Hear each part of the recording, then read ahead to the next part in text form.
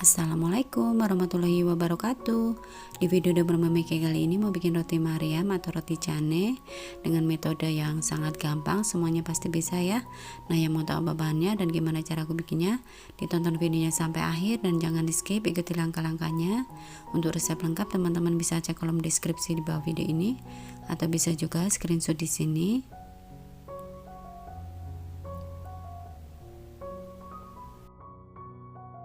Langkah pertama, siapkan wadah yang lebih besar, kemudian tambahkan 2 kuning telur, kita kocok lepas. Setelah telurnya tercampur, kemudian tambahkan 240 ml susu cair full cream, boleh yang dingin ataupun suhu ruang, 2 sendok makan gula pasir, 1 sendok teh garam, kemudian semua bahan ini kita aduk ya sampai tercampur rata dan gulanya larut. Kemudian siapkan ayakan, tambahkan 500 gram tepung terigu protein tinggi, saya menggunakan merek Cakra Kembar. Lalu ini kita ayak ya supaya tidak ada yang menggerindil. Nah, jika sudah kita aduk sebentar.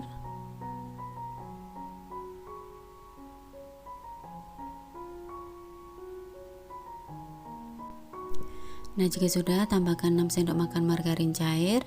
Jadi ini diukurnya sebelum margarin dicairkan ya, 6 sendok makannya itu. Nah, kemudian ini kita aduk sampai tercampur rata.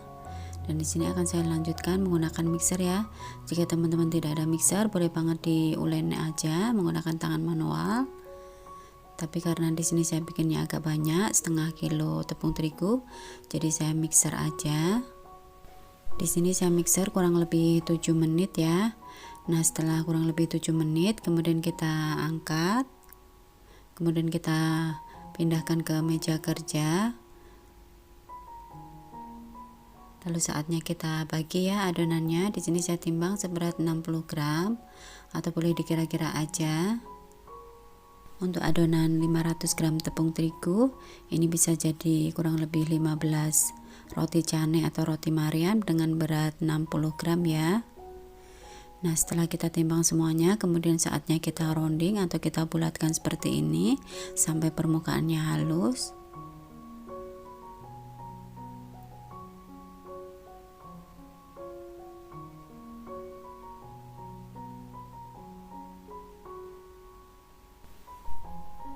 Setelah kita rounding semuanya, kemudian kita siapkan minyak goreng.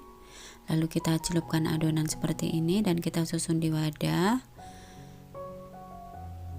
Untuk menyusunnya, menempel pun nggak masalah ya, karena sudah dibalut dengan minyak jadi tidak lengket lagi. Oh ya, sekalian mengingatkan ya bagi teman-teman yang baru bergabung di channel Dapur Mami K, saya ucapkan terima kasih dan selamat bergabung. Dan bagi teman-teman yang belum subscribe, minta tolong tekan tombol subscribe dan tanda loncengnya supaya kalian tidak ketinggalan jika ada video terbaru dari kami. Nah, setelah kita susun di wadah seperti ini, kemudian kita tutup ya, kita diamkan kurang lebih 2 jam. Setelah 2 jam, ini adonan sudah rileks ya, sudah lentur sekali. Saatnya kita pindahkan ke alas kerja. Ambil satu adonan, kemudian kita pipihkan menggunakan rolling pin. Jadi ini adonannya sangat lentur, sangat lembut, glutennya sudah terbentuk ya. Jadi saat kita memipihkan ini tidak memerlukan tenaga banyak, sudah langsung pipih, gampang banget ya. Kita lebarkan seperti ini sampai tipis. Nah, setelah pipih seperti ini, kemudian siapkan margarin. Ini 5 sendok makan margarin yang sudah dicairkan. Jadi ini diukur sebelum dicairkan ya, 5 sendok makannya itu. Setelah mencair dan sudah tidak panas, kemudian kita balurkan ke adonan seperti ini. Setelah margarinnya merata, kita balurkan. Saatnya kita potong-potong, tapi jangan sampai putus ya, sampai ke tepi tapi tidak putus. Bisa menggunakan pisau pizza seperti ini atau pisau biasa, atau bisa juga menggunakan scraper cara memotongnya. Nah, setelah kita potong semuanya, kemudian kita gulung.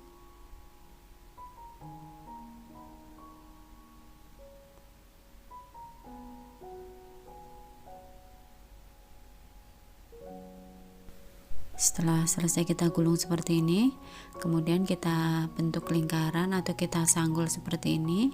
Untuk bagian terakhirnya kita letakkan di bawah, kemudian kita pipih-pipihkan seperti ini ya sampai pipih. Nah, seperti ini ya hasilnya. Saya contohkan sekali lagi, pipihkan adonan menggunakan rolling pin sampai benar-benar pipih dan melebar. Setelah melebar, kemudian kita balur dengan margarin yang sudah dicairkan tadi sampai merata. Kemudian kita potong bagian tengahnya, kita garis-garis seperti ini menggunakan pisau pizza atau pisau biasa aja juga bisa ya. Untuk cara memotongnya, untuk bagian tepi-tepinya sebaiknya jangan putus ya. Nah, setelah kita potong-potong seperti ini, kemudian kita gulung.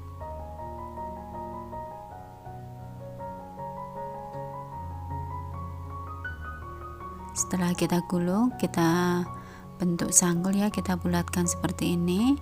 Untuk bagian terakhirnya kita taruh di bagian bawah, lalu kita pipihkan menggunakan tangan seperti ini ya, sampai melebar. Jika sudah dibentuk semuanya, kemudian saatnya kita panggang. Di sini kita panggang menggunakan api sedang cenderung kecil dan tanpa menggunakan apapun ya. Sebaiknya menggunakan wajan teflon supaya tidak lengket. Karena akan saya simpan di freezer, jadi ini saya panggangnya cukup setengah matang aja. Tapi jika teman-teman mau langsung dihidangkan, dipanggangnya sekalian matang ya.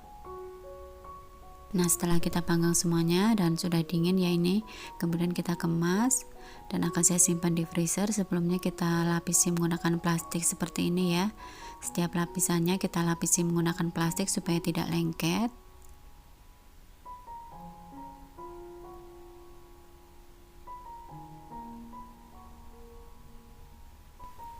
Lalu kita kemas menggunakan plastik yang lentur.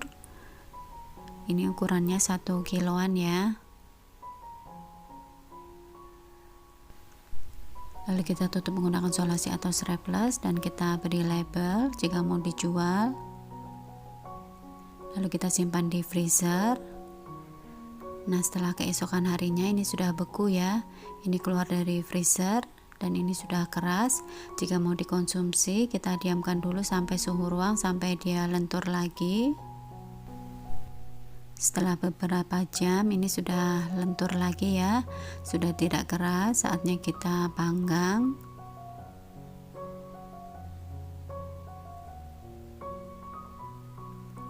Nah, seperti ini ya, ini sudah lembut lagi.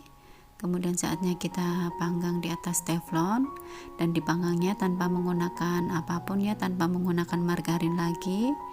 Nah, kita panggang seperti ini sampai hangat. Setelah hangat kita angkat. Kemudian kita beri topping. Untuk topping sesuai selera aja. Di sini saya akan beri topping keju dan susu kental manis ya. Untuk topping sesuai selera aja. Teman-teman bisa menggunakan kari atau apapun ya. Bisa menggunakan mesis juga. Nah, alhamdulillah ya, roti Maryam atau roti canainya sudah jadi. Gampang sekali kan ya bikinnya, tanpa teknik khusus kita bisa membuat roti Maryam atau roti canai berserat seperti ini. Dan ini bisa buat ide jualan juga. Nah, semoga resep ini bisa bermanfaat ya. Sekian dulu, wassalamualaikum warahmatullahi wabarakatuh.